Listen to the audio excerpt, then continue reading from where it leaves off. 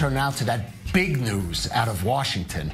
Michael Flynn, the former national security advisor to President Donald Trump, has pled guilty to charges made by special counsel Robert Mueller, accusing Flynn of willfully and knowingly making false, fictitious, and fraudulent statements and representations to the FBI regarding conversations with Russia's ambassador. Flynn is the first Trump administration official and the fourth connected to the campaign to be charged in Mueller's investigation into possible collusion between the Russian government and members of Trump's team. According to the plea agreement, Flynn faces a maximum sentence of 5 years in prison. Well, for more, we're joined in New York by our senior national correspondent, Michael Shure, and in Washington by correspondent Mike Vaquera. Mike, in Washington, just to update us on some of the facts here. Do we know for sure that there, in fact, is a plea bargain deal in place, for example? We do not know that for sure. As a matter of fact, Michael Flynn, the former Army general and national security advisor, appeared at the U.S. District Court here in Washington today. It's located right between the White House and Capitol Hill. Walked in before a phalanx of cameras, walked into the courtroom and pled guilty to the charge that you mentioned, Kalev, of making false statements to the FBI. What's perhaps most significant about this, you mentioned the possible sentences that General Flynn might serve. It's likely that he won't serve a day of jail time. Why? Because he is cooperating with the special prosecutor, Robert Mueller, in his investigation of possible Russian meddling in the 2016 elections. That could spell trouble for the White House, and indeed there are reports that the White House is taking this news this morning very, very seriously. It revolves around two conversations that Flynn had with the Russians and elsewhere. December 29th with the Russian ambassador Sergei Kislyak, asking Russia to refrain from retaliating against the Obama administration. Then in its last days, when the Obama administration imposed more sanctions on Russia in retaliation for its treatment and its actions in Ukraine. And then earlier on December 22nd, interfering and calling other allies and trying to get others to go against a resolution at the United Nations that would have criticized Israel for its settlement policies on the West Bank. He told the FBI he never had those conversations. The proof was offered, and it was proven that he did have those conversations. That's how he ended up in court today, Khaled. Now, Michael, the charge against Flynn is the first in Mueller's probe to reach someone that deep inside the White House. Is there a reason for those who oppose Trump and believe there was collusion to really believe it's downhill from here for the Trump administration as far as if collusion would be proven or not at a later point? You know, it's hard to know exactly what Mueller has aside from this, but in order for any of this to happen, this had to happen today. They needed somebody in that prosecutor's office like Michael Flynn who can then start going up the chain. And that's what the White House, as Mike Vaquera so clearly laid out there, the White House is so concerned about that because with Michael Flynn facing a possible 5-year conviction or 5-year sentence if convicted of this guilty plea, if he wants to work that sentence off, he's going to have to do it by giving information to this prosecutorial team in order so that they can go up the chain and find out other people who were involved. You'll recall Watergate back in the 70s. It wasn't just about one person sort of turning state's evidence against the White House. It was a number of people, and the cumulative effect of that is what eventually forced Richard Nixon to resign.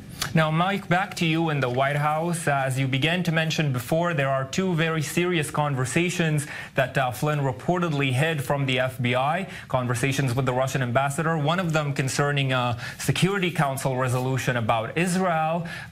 Can we hearing any special responses today in D.C. about Flynn's pleading guilty? Well, a couple of things to note here. First of all, the New York Times is reporting just a few minutes ago that they have Mr. Mueller, the special prosecutor, the special counsel's investigators have learned through witnesses and documents that Prime Minister Benjamin Netanyahu of Israel asked the Trump transition team to lobby on its behalf against this UN resolution. General Flynn, according to this report, and Jared Kushner, the president's son-in-law and now top advisor, took the lead on that and contacted Russia and perhaps other countries and their leaders. Another interesting fact, and perhaps a significant fact, is Michael Flynn was also in trouble, reportedly, for some of the lobbying work he did on behalf of the government of Turkey. You'll notice that there are no charges involving that lobbying work brought here today. That might indicate, and others have speculated on this, that there are bigger fish to fry here, and that Prosecutor Mueller is holding those charges in abeyance depending on what he gets from Michael Flynn and what information might be forthcoming. Again, that's speculation, but very significant and interesting that work for Turkey that he had done was not mentioned in any of the charges today. And Michael Shure, I'm curious about the circumstances that might have made Michael Flynn flip and make a deal with the prosecutors. We talked about himself perhaps facing additional charges if he didn't, but I understand there are some members of his family that might have also had been in jeopardy. That's exactly right, Kalev. We knew as recently as a few weeks ago that the tone had changed inside that prosecutor's office. On November 17th, it was learned that the Flynn legal team had stopped coordinating at all with the White House. A week later, almost a week later, on the 23rd of November, it was learned that his legal team sat down with the Mueller team. And as soon as that was known, it seemed certainly that a deal was being struck. And yes, that would be a little bit of the impetus here. I think also, as is the case in any criminal indictment and any plea deal, you make a deal to save yourself. He's a 59-year-old man facing 5 years in prison now. It could have been worse had this deal not been struck. And as Mike just pointed out, this whole violation of the FARA, the Foreign Agent Registration Act, that he violated in regards to Turkey, that was something that was looming as well. So there seemed to be a lot that they had, and it was probably in the best interest of Michael Flynn to take that deal for himself. But you brought up his family. Yes, his son, a close advisor and confidant, and someone who was part of the campaign and then part of the White House, was also certainly part of the transition team, is also under the microscope right now. And if he wanted to save his son, this was the best way for him to do that, Kalev. And let's look on a figure. I don't want to speculate too much here, but who could be next in this chain that Mueller's setting up? We know, for example, Jared Kushner was questioned in regards to his dealings with Flynn.